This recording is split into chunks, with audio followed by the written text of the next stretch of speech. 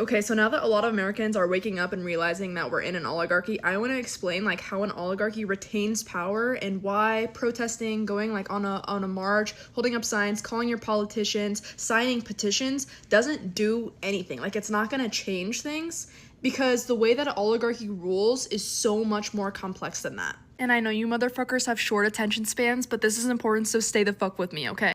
The first way is convincing the American people that the system is fair, like hard work pays off, or you need to pull yourself up by your bootstraps and you'll be successful. For example, many Americans are working 2 jobs, they have a side hustle, they're working so hard, yet they're not becoming wealthy. They're barely scraping by, and the system wants you to believe that that's your fault. Then on the other side of that, if you amass $1 billion, then you must deserve it because that's what the free market awarded you.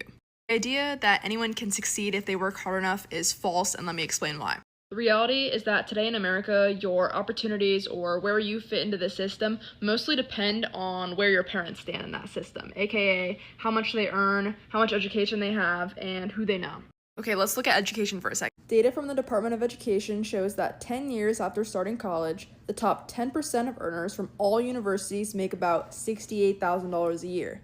But for the top 10% of graduates from the most prestigious universities, that number jumps to 220,000. Wealthy parents do so much shit to get their kids into these elite colleges. Bribery, we all saw in the news, paying people to take their children's tests, like.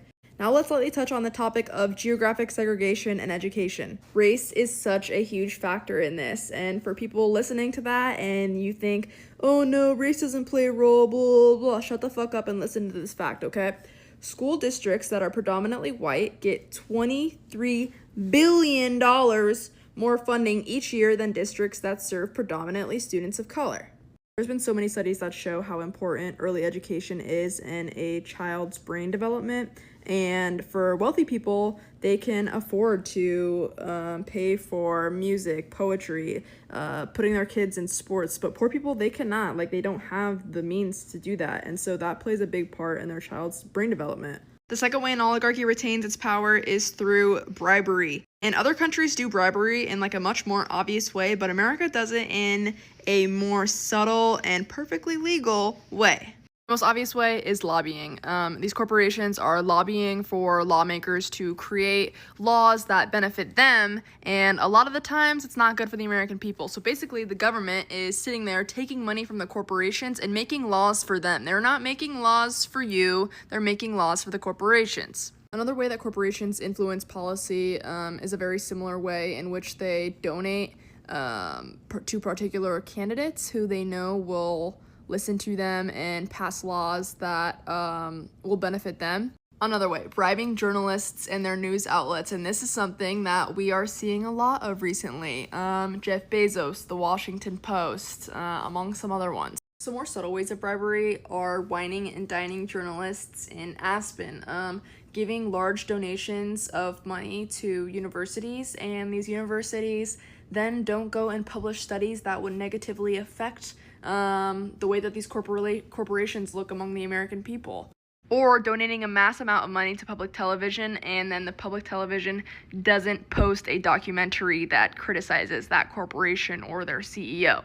The third way an oligarchy retains its power is probably the one that we see the most, or at least I recognize the most, and that is diverting the public's attention, towards scapegoats, such as immigrants, African Americans, Latinos, Muslims. Some people aren't ready for this, but the left versus the right, they are just dividing you guys so hard against each other that it's like, oh, the left's responsible for this, oh, the right's responsible for that. Bro, that's not the problem. It's the oligarchy is the problem. They're just diverting your attention. Americans who are angry and suspicious of one another will fight over the crumbs rather than join together against those who have run off with most of the pie.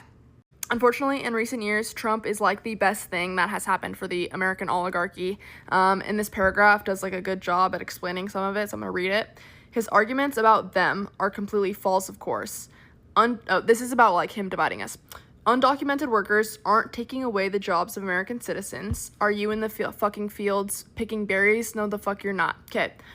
They aren't committing more crimes. The media and these news outlets will make you think that because they're picking these stories to push their own narrative. Again, the news and the media outlets are biased and they're owned by the oligarchy. Immigrants aren't draining social services. Muslims aren't terrorists. Black athletes who protest police brutality are no less patriotic than any other Americans, nor are democratic representatives of color. What Americans do in their bedrooms and with their bodies is their own business. What corporate executives and Wall Street financiers do in boardrooms and executive suites affects all of us. Back to my original point. Okay, protesting, calling your politicians. If you call your politicians, they're not going to have a sudden change of heart, okay? Or if you go on a protest and march for one day, the corporations will still be lobbying the politicians and they'll still be creating laws that are keeping all of us in the same place. What we need to do is we need to force the government and the corporations' hands. And what I mean by that is making their pockets hurt. They're not, like I said, they're not going to have a sudden change of heart because you wrote a letter about blah, blah, blah, blah, blah. No, you need to make their pockets hurt, and then they will listen. And the way to make their pockets hurt is through organized civil disobedience. And a lot of the stuff that I talked about, basically everything that I talked about, is in this book called The System, Who Rigged It and How We Fix It by Robert Reich, if I pronounce his last name right. I highly encourage all Americans to go read it so you can understand like what's going on in more detail, and how we can fix this oligarchy and dismantle it.